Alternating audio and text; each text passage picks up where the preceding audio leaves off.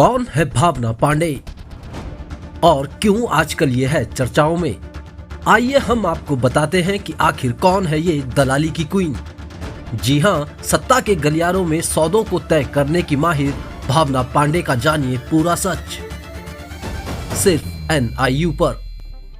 उत्तराखंड में कभी गैर राजनीतिक आंदोलनों को पोषित कर सरकार को अस्थिर करने का प्रयास हो या फिर आत्मदाह जैसी धमकी देकर पुलिस प्रशासन की नींदें उड़ाना, ऐसी नौटंकियों में ही माहिर हैं भावना पांडे। आपको बता दें, भावना पांडे मूलतः कुमाऊं की रहने वाली हैं और अपने काले कारनामों से आज पूरे देश में प्रसिद्ध होकर उत्तराखंड की नाक कटवा चुकी हैं। जो इनके बारे में नहीं जानते हैं, आइए उन्हें इस भावना पांडे के कारनामों का पूरा विवरण बताते हैं।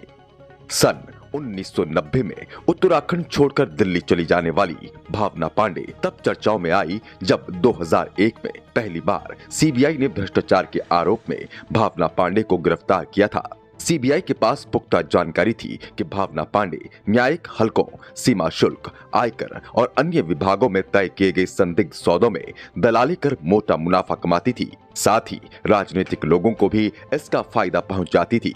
उस समय CBI ने केंद्रीय उत्पाद और सीमा शुल्क बोर्ड के पूर्व अध्यक्ष BP वर्मा को भी साथ में गिरफ्तार किया था। उस समय ये आरोप लगाया गया था कि संबंधित पक्षों से रिश्वत प्राप्त करने के लिए उनके घर का उपयोग किया गया था। पूरे मामले में आज तक भावना पांडे खुद को निर्दोष बताती थी, लेकिन अभी बीते दिनों पूर्व मुलायम सिंह यादव के हुए निधन के बाद एक अपने ही निजी कथित चैनल को साक्षात्कार देते हुए उनके मुंह से निकल गया कि उन्होंने ही मुलायम सिंह यादव से केंद्रीय उत्पाद और सीमा शुल्क बोर्ड में पूर्व अध्यक्ष BP वर्मा की नियुक्ति कराई थी, जिसके बाद उन्होंने एक्साइज और कस्टम डिपार्टमेंट में जमकर भ्रष्टाचार को अंजाम दिया और माचिस जैसी दिखने वाली गाड़ी को छोड़कर फॉर्च्यूनर खरीदी।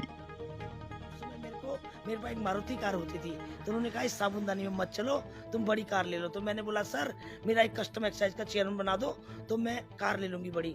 तो उन्होंने BP वर्मा को चेयरमैन बनाया, बाद में उसके बाद चेयरमैन बनाया, उसके बाद अडानी तक मुझसे बात करता था। उस समय अडानी, गौतम अडानी, मुझे याद है कि उस समय गौतम अडानी मेरे से बात करके बड़े बड़े इंडस्ट्रिस्ट मेरे घर पर आया करते थे। मैं इतना बड़ा ओरा मेरा हो गया।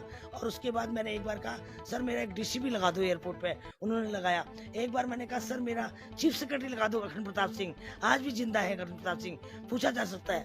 तो UP अमर सिंह के विरोध करने के बावजूद भी AP सिंह को उन्होंने चीफ सेक्रेटरी लगाया। जैसे तैसे मामला टला, लेकिन फिर उत्तर प्रदेश पुलिस ने भावना पांडे को अगस्त 2002 में गिरफ्तार किया। इस बार राज्य के आबकारी आयुक्त AK गुप्ता को धमकी देने और एक महिला पुलिस अधिकारी के साथ मारपीट करने के आरोप में भावना को गिरफ्तार किया गया था। जो महिला पुलिसकर्मी भावना पांडे को गिरफ्तार करने आई थी, भावना पांडे ने उसी महिला पुलिसकर्मी के साथ मारपीट कर दी। इसी दौरान भावना पांडे की छोटी बहन की आत्महत्या का मामला भी सामने आया। सूत्रों के अनुसार भावना पांडे के अनैतिक कार्यों से आहत होकर उनकी छोटी बहन ने आत्महत्या की थी, लेकिन अपनी राजनीतिक पकड़ के चलते ये मामला भी दबा दिया गया और आज तक पता नहीं चल पाया कि भावना पांडे की छोटी बहन ने आत्महत्या क्यों की थी। इतना ही नहीं, दलाली की एक्सपर्ट भावना पांडे के कुकर्मों के चलते पहली बार सन 2017 में देश के किसी रिटायर्ड जज की CBI द्वारा जांच की गई और बाद में जज के ऊपर मुकदमा तक दर्ज किया गया था। बता दें कि मेडिकल स्कैम मामले में CBI ने भ्रष्टाचार के आरोप में उड़ीसा हाईकोर्ट के पूर्व जज IM कुद्दूसी समेत 5 लोगों को गिरफ्तार किया था, जिन्हें तत्कालीन समय में कोर्ट में पेश भी किया गया था।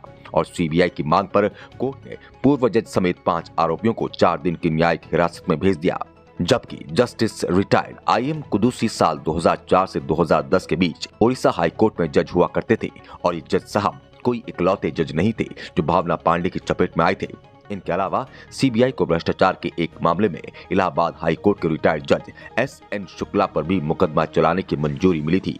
ये पूरा मामला जुड़ा था लखनऊ के प्रसाद इंस्टीट्यूट ऑफ मेडिकल साइंस से, जो कि उन 46 मेडिकल इंस्टीट्यूट में शामिल था जिन्हें आधारभूत ढांचे में कमी के कारण नए छात्रों के एडमिशन लेने पर पाबंदी थी। ऐसे में दलाली की एक्सपर्ट भावना पांडे ने पूर्व जज से उनके संपर्कों के आधार पर शीर्ष अदालत में इस मामले को सेटल कराने की थी, जिसके एवज में इंस्टीट्यूट से भारी भरकम राशि की मांग की गई थी। ऐसा ही एक मामला है डीजल से जुड़ी सब्सिडी को PIL लगाकर सेटिंग गेटिंग से खत्म करवाने का, जिसमें सेटिंग की गई कि हम कोर्ट में PIL लगाएंगे और जज साहब आप बस उस PIL में ऑर्डर हमारे पक्ष में दे देना।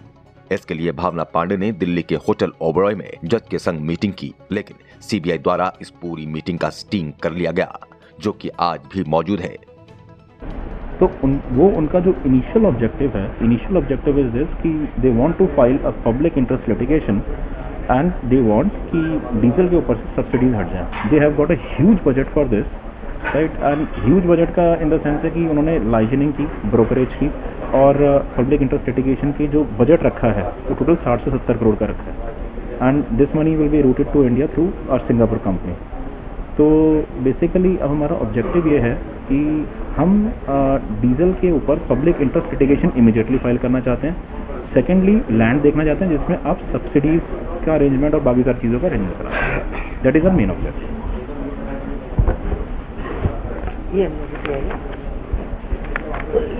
ये हाईकोर्ट में जाने से सुप्रीम कोर्ट डालना चाहिए, क्योंकि हाईकोर्ट में ये वैसे तो क्योंकि ये नेशनल लेवल का है, एक हाईकोर्ट के एक स्टेट से तो सब्सिडी हटेगी नहीं, पूरे नेशनल से ही हटेगी, इसलिए इसको कायदे से PIL डालना चाहिए सुप्रीम कोर्ट में।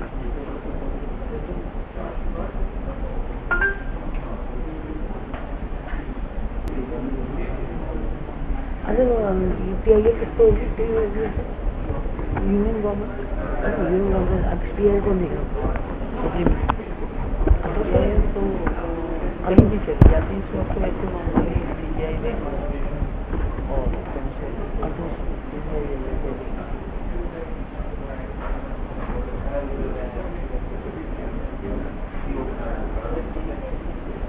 Currently posted in Chhattisgarh. Okay okay okay.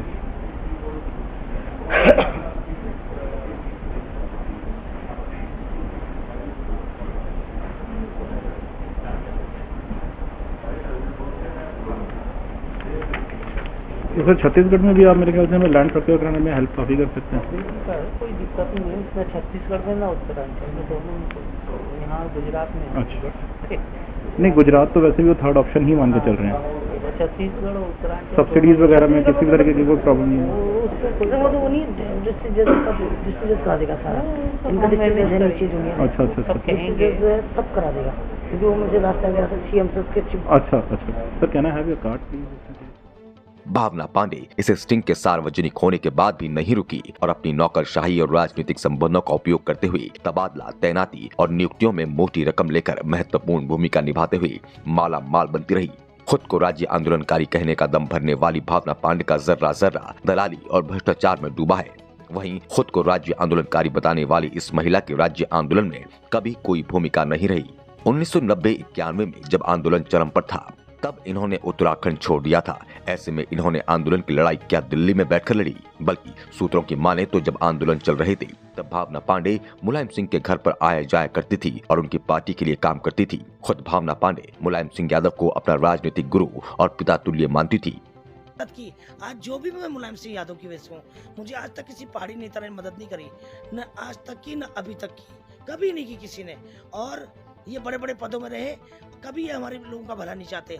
और जहाँ तक बात रही कि मैं उनको गुरु मानती हूँ अपना, क्योंकि वो इतने दिल से इतने बड़े भले आदमी थे। वो कहते थे जो आदमी मेरा है वो मेरा है, चाहे वो कितना बुरा हो, वो मेरा आदमी है, तो उसको हर संभव मदद करते थे। और जहाँ तक चरित्र की बात है, उनका चरित्र भी बहुत, मेरे जब तक मैं उनके साथ थी, बहुत अच्छा चरित्र था। वहीं पूर्व में एक और मामला सामने आया था जिसमें भी भावना पांडे पर मुकदमा दर्ज किया गया है और ये मामला था कारगिल चौक स्थित बंजारावाला में खुले प्यारी पहाड़न रेस्टोरेंट का, जिसमें भावना पांडे के द्वारा स्वरोजगार अपनाने वाली एक उत्तराखंड की बेटी के साथ अभद्रता की गई थी। साथ ही साथ मार पिटाई भी मौके पर की गई थी, यानी कि अपने ही राज्य की एक बेटी के साथ दुर्व्यवहार इनके द्वारा किया गया था। ऐसे में राज्य आंदोलनकारी होने का दावा करने वाली भावना पांडे से असली चिन्हित राज्य आंदोलनकारी भी खफा हैं और सवाल पूछ रहे हैं कि आखिर भावना पांडे ने कब आंदोलन लड़ा और अगर आंदोलन लड़ा तो क्यों उसके कोई सबूत नहीं है। भावना पांडे के इस फर्जी दावे से चिन्हित आंदोलनकारियों में रोष उत्पन्न हो रहा है। नमस्कार, मैं परमानंद विरोधी उत्तराखंड राज्य आंदोलनकारी। मैं आपको बताना चाहता हूं कि हमारे यहाँ पर उत्तराखंड राज्य आंदोलनकारी सीनियर आंदोलनकारी यहाँ पर हैं और चिन्हित राज्य आंदोलनकारी हैं और अध्यक्ष प्रवृत्ति महासभा के भी अध्यक्ष हैं, प्रवृत्ति महासभा के। तो मैं आपसे ही कहना चाहता हूं कि आप थोड़ा सा अपना परिचय दें। नमस्कार बड़ोदी जी, मेरा परिचय तो एक छोटा सा परिचय है। तेज सिंह रावत मेरा नाम है और मैंने हरिद्वार में रहकर उत्तराखंड राज्य की लड़ाई लड़ी है। काफ़ी सीनियर हूँ, सन 80 से उत्तराखंड राज्य के लिए आवाज़ उठाता रहा हूँ और वर्तमान में मैं प्रदेश सचिव भी हूँ उत्तराखंड संघर्ष समिति का और प्रदेश अध्यक्ष पर्वतीय महासभा मैं हूँ। तेज सिंह रावत मेरा नाम है। अभी पिछले दिनों एक प्रकरण सामने आया था कि देहरादून में कोई भावना पांडे नाम की कोई औरत जो है वो सुर्खियों में आई थी। मैं भूल गया हूँ मसला क्या था वो, लेकिन दोबारा से फिर कहें ये सुर्खियों में आई है तो मैं उस लेडी को, उस बहन को ये कहना चाहता हूँ कि आप उत्तराखंड की बहन तो हो सकती हैं, उत्तराखंड की बेटी भी हो सकती हैं, इसमें कोई दो राय नहीं, लेकिन आप ये ज़बरदस्ती अपने आप को बोले कि मैं उत्तराखंड राज्य आंदोलनकारी हूँ या मैंने संघर्ष किया है, तो मैं उस अपनी बहन को ये कहना चाहता हूँ कि भाई आप अगर आपने संघर्ष किया उत्तराखंड राज्य के लिए तो आपके पास कोई प्रूफ है इस चीज़ का। चलिए हम जो लीगल डॉक्यूमेंट्स है उसकी बात नहीं कर रहा हूँ, मैं फिलहाल इतना कहना चाहूँगा कि आपने कौन से शहर में रहकर संघर्ष किया। पहली बात, अगर आपने हल्द्वानी में किया हो, नैनीताल में किया हो, अल्मोड़ा में किया हो, काशीपुर में किया हो, देहरादून में किया हो, तो जो हमारे लोग हैं, हमारे संगठन यहाँ पर हैं, ठीक हो, संगठन अलग अलग है, आपको कोई चिन्हित कर सकता है, कोई वेरीफाई कर सकता है, वेरिफिकेशन क्या ये लेडी हमारे साथ थी। देखिए ना, ये क्लियर सी बात है। बावजूद इसके मीडिया में टीआरपी पाने के लिए कभी धरना प्रदर्शन तो कभी आत्मदाह की धमकी देने से भी ये महिला नहीं चूक रही है। साथ ही समाज के किसी भी सम्मानित व्यक्ति पर कोई भी आरोप लगाने से भी नहीं हिचकिचा रही। साथ ही साथ सत्ताधारी दल को बाहर से चलने वाले दल बताकर भ्रष्टाचारी घोषित करने में भावना पांडे कोई कोर कसर नहीं छोड़ रही है। भावना पांडे की ऐसी हरकतों को देखकर एक ही शेर याद आ रहा है कि जिनके घर शीशे के होते हैं वो दूसरों के घरों में पत्थर नहीं मारा करते। Bureau report, news India update. News India update आपका अपना चैनल है। खबर को शेयर करना बिल्कुल न भूलें और पेज को जरूर फॉलो करें ताकि आपको मिल सके हमारी खबर सबसे पहले।